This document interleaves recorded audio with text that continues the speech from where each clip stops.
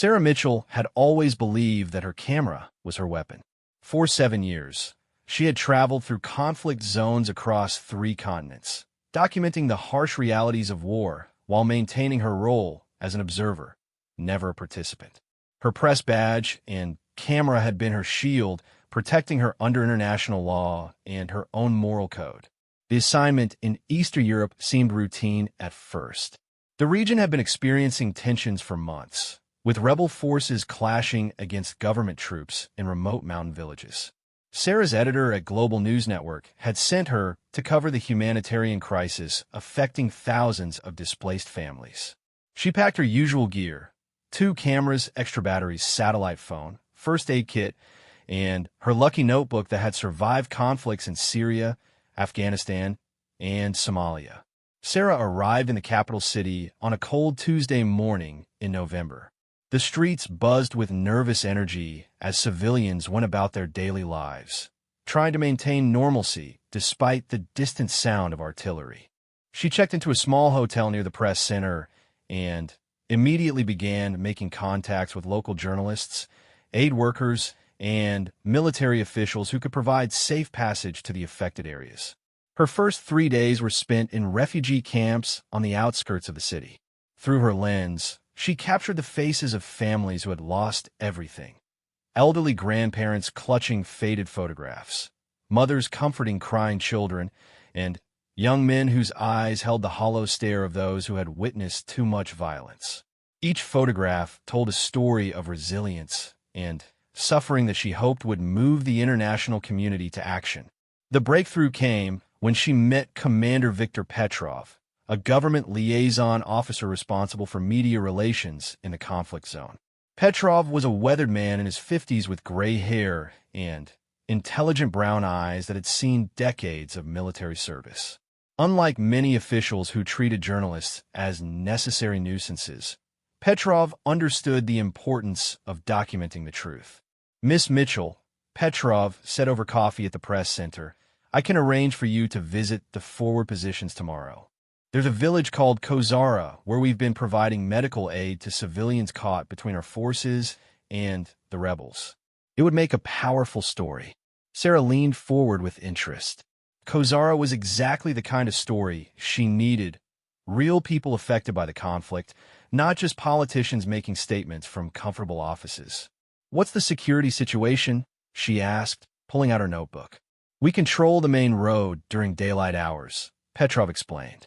"The rebels usually move at night.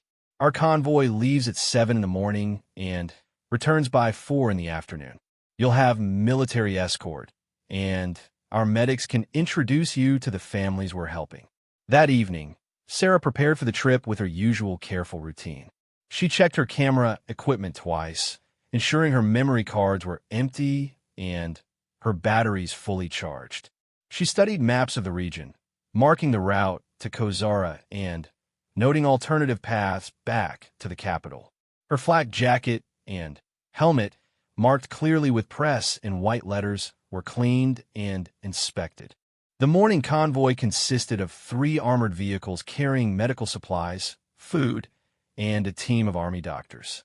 Sarah rode in the second vehicle with Dr. Elena Vasquez, a Spanish volunteer who had been working in the region for 6 months.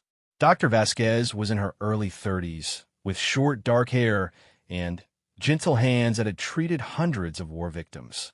"The children are the hardest part," Dr. Vasquez told Sarah as their vehicle bounced along the rough mountain road. "They don't understand why their homes were destroyed or why their fathers aren't coming back. We try to provide medical care, but what they really need is peace." The journey to Kozara took 2 hours through increasingly rugged terrain. Sarah photographed the landscape: burned farmhouses dotting hillsides, abandoned checkpoints with sandbags weathered by rain, and crater-marked roads that spoke of recent fighting. The beauty of the mountains was haunting when contrasted with the evidence of human conflict. Kozara itself was a village of perhaps 300 people, nestled in a valley surrounded by pine-covered hills. Many buildings showed damage from shelling, cracked walls, missing roofs, and broken windows patched with plastic sheeting. But life continued. Children played in the streets. Elderly men gathered around a makeshift cafe, and women tended small gardens behind their homes. The army medics set up a temporary clinic in the village school, and Sarah began documenting their work. Through her camera, she captured Dr. Vasquez examining a young boy with a persistent cough, soldiers distributing food packages to grateful families, and the quiet dignity of people rebuilding their lives amid uncertainty. One photograph particularly moved her: an 8-year-old girl named Mira holding a stuffed rabbit that was missing one ear. Myra's grandmother explained that the toy had been damaged when their house was hit by shrapnel, but Mira refused to abandon it. She says the rabbit is brave like her papa, who went away to keep us safe, the grandmother whispered. As the afternoon progressed, Sarah felt she had captured something important. These weren't just statistics or political talking points. These were real people showing remarkable courage in impossible circumstances. Her photographs would help the world see beyond the headlines to understand the human cost of conflict. Around 3 o'clock, Commander Petrov approached her with a satisfied expression. "Good work today, Miss Mitchell. The convoy will be ready to depart in 30 minutes. Did you get what you needed?" Sarah nodded, reviewing the images on her camera's display screen. "These people deserve to have their stories told," she said. "Thank you for making this possible." As the medical team packed their supplies and prepared to leave, Sarah took a final walk through the village center. She wanted to capture the late afternoon light on the damaged church bell tower, which still stood despite having survived multiple artillery attacks. The villagers had painted it white again, a small act of defiance against the forces trying to erase their community. She was adjusting her camera settings when she heard the first distant crack of rifle fire. Commander Petrov immediately appeared at her side, his radio crackling with urgent voices speaking rapid phrases she couldn't understand. His relaxed demeanor had vanished, replaced by the alert tension of an experienced soldier sensing danger. "Miss Mitchell, we need to leave now," Petrov said firmly. "Get in the vehicle immediately." The next few minutes unfolded with the organized chaos of a military unit responding to threat. Soldiers quickly loaded the remaining medical supplies while Dr. Vasquez hurried the last patients out of the makeshift clinic. Sarah packed her cameras with practiced speed, her hands steady despite the adrenaline beginning to flow through her system. As her convoy pulled away from Kozara, Sarah looked back at the village through the armored vehicle's small window. Villagers stood in their doorways, watching the military vehicles disappear up the mountain road. Some waved goodbye, while others simply observed with the patient endurance of people accustomed to uncertainty. The rifle fire grew louder as they climbed higher into the mountains, echoing off the rocky hillsides in a way that made it difficult to determine the direction of the shots. Commander Petrov spoke continuously into his radio, coordinating with other units while monitoring their progress back toward the main highway. "How serious is this?" Dr. Vasquez asked quietly, her medical bag clutched tightly in her lap. "Probably just harassment fire," Petrov replied, though his eyes remained fixed on the road ahead. "The rebels sometimes take shots at our convoys, but they rarely mount serious attacks during daylight. We should be fine once we reach the checkpoint at the highway intersection." Sarah found herself thinking about the photographs stored in her camera. If something happened to them, the stories of people like young Mira and her brave stuffed rabbit would be lost. She quickly began transferring the most important images to a backup memory card, a precaution that had saved her work before when equipment was damaged or confiscated. The mountain road seemed longer on the return journey, winding through dense forest that provided too many places for potential ambushes. Sarah had covered enough conflicts to recognize the vulnerability of their position. 3 vehicles moving at predictable speed along a route that anyone could observe and target. As they rounded a sharp curve about halfway back to the highway, the forest suddenly erupted with the sharp cracking sounds of automatic weapons fire. The lead vehicle's windshield spiderwebbed with bullet holes, and their own driver immediately accelerated while shouting into his radio. Sarah instinctively ducked below the window line, her camera equipment scattered on the vehicle floor. This was no longer harassment fire. This was a coordinated ambush, and Sarah Mitchell was about to discover that sometimes being an observer wasn't enough to survive. The ambush erupted with deadly precision that spoke of careful planning and military training. Sarah's vehicle lurched violently to the right as their driver, Sergeant Kowalski, fought to maintain control while bullets shattered the side windows.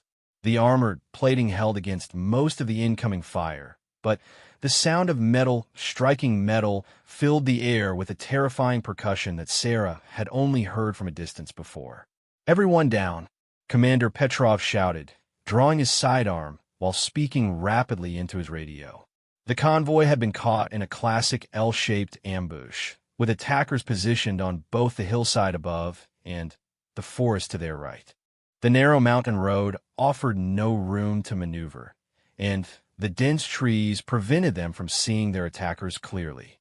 Dr. Vasquez pressed herself against the floor of the vehicle, her medical training taking over as she automatically began checking herself and others for wounds. Sarah clutched her camera bag while trying to process what was happening around her. This was different from the distant explosions and sporadic gunfire she had witnessed before.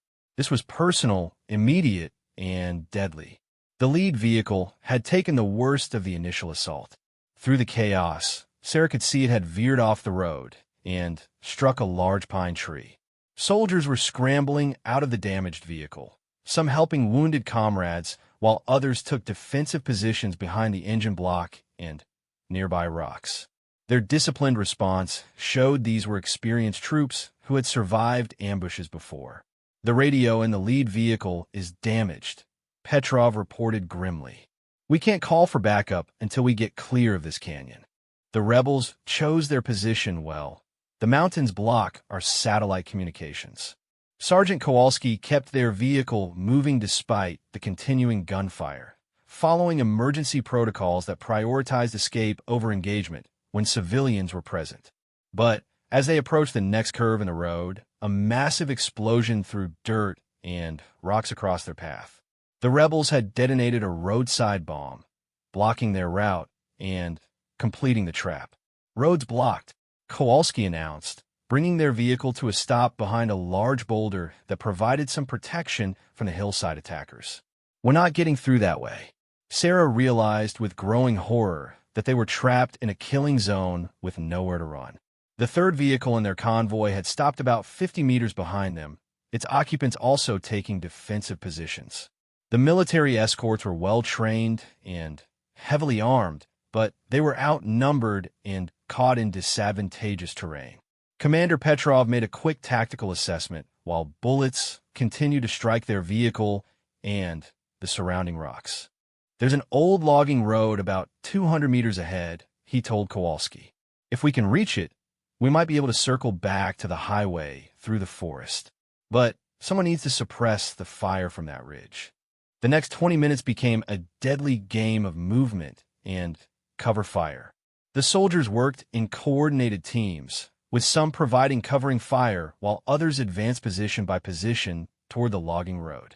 Sarah watched through the armored glass as these young men risked their lives with professional calm, their training and courage the only things standing between the convoy and complete disaster.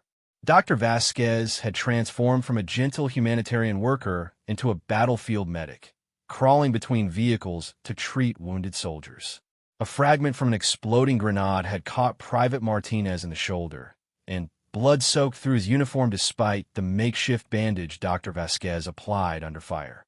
She worked with steady hands, even as bullets struck the rocks above her head.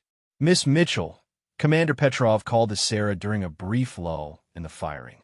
"I need you to stay with Dr. Vasquez and help with the wounded. We're going to try to reach that logging road, but it's going to take time." Sarah nodded, though every instinct told her to keep her head down and wait for professional soldiers to handle the situation. She had never thought of herself as particularly brave. Her courage came from wanting to tell important stories, not from any desire for physical confrontation. But looking at the wounded soldiers and seeing Dr. Vasquez working alone, she realized that neutrality was a luxury she could no longer afford. The rebels appeared to be well-equipped and disciplined, firing in controlled bursts rather than wasting ammunition in wild sprays. Their positions on the hillside gave them clear fields of fire, and they had obviously studied this section of road carefully before planning their attack. Sarah began to understand that this wasn't a spontaneous encounter. They had been specifically targeted. "Why us?" she asked Commander Petrov during another brief pause in the gunfire. "Why attack a medical convoy?" Petrov's expression was grim as he reloaded his weapon. "You're a foreign journalist, Miss Mitchell. Some groups see international media attention as a threat to their operations. Others want to create incidents that will draw international intervention. Either way, taking you hostage or worse serves their political purposes." The realization hit Sarah like a physical blow. Her presence hadn't just made her a target. It had made everyone in the convoy a target. The soldiers fighting and dying around her were in danger partly because she had insisted on telling the story of what was happening in this region. The weight of that responsibility felt crushing. As the afternoon wore on, the tactical situation gradually improved. The soldiers had managed to suppress some of the rebel positions and were slowly fighting their way toward the logging road. But ammunition was running low, and 2 more soldiers had been wounded. Dr. Vasquez was exhausted from treating injuries under impossible conditions, and their water supplies were nearly gone. Around 5 o'clock, Sergeant Kowalski spotted movement in the forest below their position. "Commander," he called quietly, "I think they're trying to flank us from the south. If they get into those trees behind us, we'll be caught in crossfire." Commander Petrov studied the terrain through his binoculars before making a difficult decision. "We can't wait any longer. We need to move now before they complete their flanking maneuver. Everyone grab what you can carry. We're abandoning the vehicles and making for the logging road on foot." The decision to leave their armored vehicles felt like stepping naked into enemy fire. The vehicles had provided protection and psychological comfort, even though they had become stationary targets. Now, they would be completely exposed during the most dangerous part of their escape attempt. Sarah stuffed her most important camera equipment into a small backpack, along with her satellite phone and first aid supplies. The photographs from Kozura were safely stored on multiple memory cards distributed throughout her gear. If she didn't survive, at least someone might eventually find them and tell those stories. Dr. Vasquez organized the transport of wounded soldiers with the efficiency of someone who had faced these situations before. Private Martinez could walk with assistance, but Corporal Thompson had taken a bullet through his leg and would need to be carried. Every person who helped the wounded was someone who couldn't return fire if they were attacked during the movement. "Remember," Commander Petrov told everyone as they prepared to move, "we stay together, we move fast, and we don't stop for anything until we reach the logging road. Once we're in the forest, we'll have better cover and more options." The dash across 200 meters of open ground became a nightmare of exposed vulnerability. Sarah found herself running faster than she had ever run before, her backpack bouncing against her spine while bullets whined past her ears. The sound of gunfire seemed to come from everywhere at once, echoing off the mountainsides in a cacophony of deadly percussion. Halfway to the tree line, Dr. Vasquez stumbled and fell. Sarah turned back without thinking, helping the exhausted medic to her feet while soldiers provided covering fire. For a moment that felt like an eternity, they were completely exposed in the middle of the killing zone. Sarah could hear individual bullets striking the ground around them, could feel the displacement of air as rounds passed close enough to touch. They reached the logging road just as the sun began to set behind the western peaks. The rebels had followed their movement, and gunfire continued to crash through the forest around them. But the dense trees provided better cover, and the soldiers were able to establish more effective defensive positions. The logging road connects to a network of old mining trails, Commander Petrov explained as they caught their breath. "If we can follow them for about 5 kilometers, we should reach a ranger station that has communications equipment. From there, we can call for extraction. But 5 kilometers through enemy-controlled forest in the dark, with wounded soldiers and no vehicles, would be the most dangerous part of their ordeal yet. And Sarah was about to discover that sometimes survival requires abandoning everything you thought you believed about yourself. The forest transformed into a labyrinth of shadows and uncertain sounds as darkness fell across the mountainside. Sarah had never experienced such complete blackness. The dense canopy blocked even the faint starlight, forcing the group to move by feel along the narrow logging road. Every snapping branch or rustling leaf could signal approaching enemies, and the constant tension of potential ambush wore at everyone's nerves. Commander Petrov had organized them into a tactical formation with soldiers at front and rear, while Sarah, Dr. Vasquez, and the wounded men stayed in the protected center. They moved slowly to accommodate Corporal Thompson, who was growing weaker from blood loss despite Dr. Vasquez's continued treatment. Private Martinez insisted he could keep walking, though his injured shoulder made him clumsy in the darkness. "How much farther?" Dr. Vasquez whispered during one of their brief rest stops. She had been treating wounded soldiers for hours and was exhausted, but she never complained or asked to slow down. "Maybe 3 kilometers, Petrov replied quietly.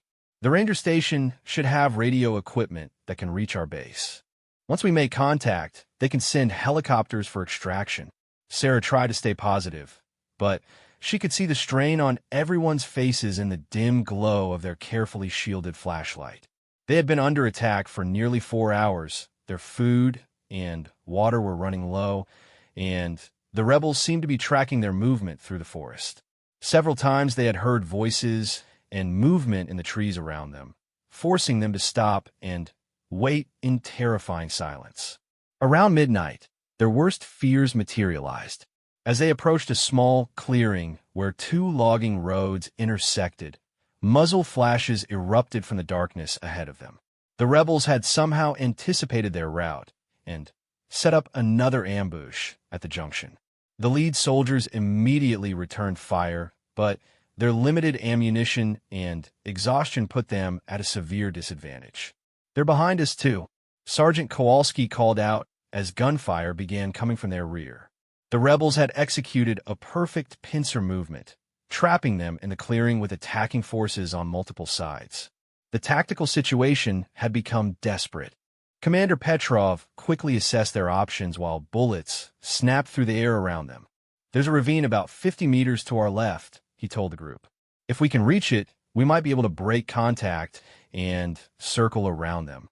But reaching the ravine meant crossing open ground under fire, and they would have to abandon their wounded soldiers who couldn't move quickly enough. It was an impossible choice between saving some lives and losing others. Dr. Vasquez immediately refused to consider leaving her patients. "I'm not abandoning these men," she declared firmly. "Find another way, or we stay and fight together." Sarah found herself admiring the Spanish doctor's courage, while simultaneously recognizing that her moral stand might doom them all. Sometimes doing the right thing and surviving required different choices, and they were rapidly running out of both time and options. The firefight intensified as the rebels closed in from multiple directions. Sarah could see muzzle flashes in the trees around them, and the sound of bullets striking nearby rocks and trees created a constant percussion of deadly music. The soldiers were fighting with professional skill, but they were outnumbered and running low on ammunition. During a brief lull in the shooting, Commander Petrov made a difficult decision. "Kowalski, take Martinez and try to reach the ravine. If you can get clear, continue to the ranger station and call for help. The rest of US will hold position here and buy you time." Sarah realized that Petrov was essentially ordering some of his men to safety while sacrificing himself and the others. It was the kind of impossible decision that military commanders sometimes faced, choosing who lived and who died based on tactical necessities rather than personal preferences. But before Sergeant Kowalski could move, the situation changed dramatically. a group of rebels emerged from the trees only 30 meters away, moving directly toward their position with obvious confidence. They appeared to believe the convoy was nearly defeated and ready for capture rather than continued resistance. Sarah was crouched behind a fallen log next to Dr. Vasquez when she saw the attackers approaching. Commander Petrov was engaged with other rebels on the opposite side of the clearing, and the remaining soldiers were focused on different threats. For a moment that seemed to stretch into eternity, Sarah realized that she was the only person in position to see the immediate danger to their group. One of the approaching rebels was carrying what appeared to be a grenade launcher, while the others moved with the coordinated discipline of Special Forces soldiers. If they reached the wounded men's position, the entire group would be captured or killed within minutes. Without conscious thought, Sarah found herself reaching for the rifle that had belonged to a wounded soldier who could no longer use it. She had learned basic weapons handling during a security course required by her news organization, but she had never imagined using those skills in actual combat. Her hands shook as she checked that the weapon was loaded and ready to fire. The first shot was the hardest. Sarah aimed at the rebel with the grenade launcher, knowing that his weapon posed the greatest immediate threat to everyone in their group. The rifle kicked against her shoulder harder than she had expected, and she wasn't sure she had hit her target until she saw the man stumble and fall. The second and third shots came easier as training took over from conscious thought. Sarah found herself firing with methodical precision at the attacking rebels, each shot carefully aimed and deliberately placed. She was no longer thinking about her role as a neutral observer or her commitment to nonviolence. She was simply trying to keep her companions alive. By the time she had fired her 11th shot, the immediate threat had been neutralized. The approaching rebels were either dead or had retreated back into the forest shadows. Sarah looked down at the smoking rifle in her hands with a mixture of horror and disbelief. In the space of perhaps 90 seconds, she had transformed from war correspondent to active combatant. Commander Petrov appeared at her side, his face showing both surprise and grim appreciation.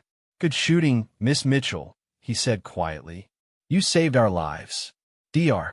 Vasquez stared at Sarah with wide eyes, trying to reconcile the gentle journalist she had known with the woman who had just killed multiple attackers with cold efficiency. "I never thought," she began, then stopped, unable to find words for what she had witnessed. Sarah felt disconnected from her own actions, as if she were watching someone else's story unfold. The photographs in her camera bag seemed to belong to a different person, someone who had believed that neutrality and nonviolence were always possible choices. That person had died in the forest clearing, replaced by someone who understood that survival sometimes required terrible decisions. The firefight gradually ended as the remaining rebels melted back into the forest darkness. The soldiers conducted a careful sweep of the area while Dr. Vasquez treated the wounded, and Sarah sat in shocked silence, staring at the weapon that had saved their lives. She had crossed a line that could never be uncrossed, and she wasn't sure who she was anymore. They reached the ranger station 90 minutes later, finding it abandoned but with working radio equipment. Commander Petrov's call for extraction brought the promise of helicopter rescue at dawn, when visibility would allow safe flying in the mountains. For the first time in 8 hours, they were relatively safe. As they waited for sunrise and rescue, Sarah finally allowed herself to process what had happened. She had come to document the human cost of war and had ended up paying part of that cost herself. The photographs from Kozara were still safe in her camera, but they would forever be associated in her mind with the 11 shots that had kept her alive to tell those stories. Dr. Vasquez eventually approached her as the wounded soldiers rested. "What you did back there," she said softly, "it doesn't make you a bad person. Sometimes we have to become something we never wanted to be in order to protect what matters most." Sarah nodded, though she wasn't sure she would ever fully believe that. The woman who had entered the forest that morning as a war correspondent had emerged as something different, someone who understood that the line between observer and participant could disappear in an instant when lives hung in the balance. When the rescue helicopters arrived with the dawn light, Sarah was ready to leave the mountains behind. But she carried with her a new understanding of what war really meant, not just for the people she photographed, but for anyone caught in its terrible machinery. Her camera would continue to tell important stories, but now those stories would be informed by personal knowledge of what it felt like to choose between moral principles and survival. The photographs from Kozura village were eventually published in newspapers around the world, helping to focus international attention on the humanitarian crisis in the region. But Sarah never wrote about the ambush or the 11 shots that had saved her life. Some stories, she decided, were too personal and too complicated to share with the world. She continued working as a war correspondent for 3 more years before finally accepting a position teaching journalism at a university back home. Her students often asked why she had left such an important career, and she would tell them that sometimes a person needed to step back from the edge to remember who they really were. What she didn't tell them was that sometimes the edge followed you home, and some choices changed you in ways that could never be undone.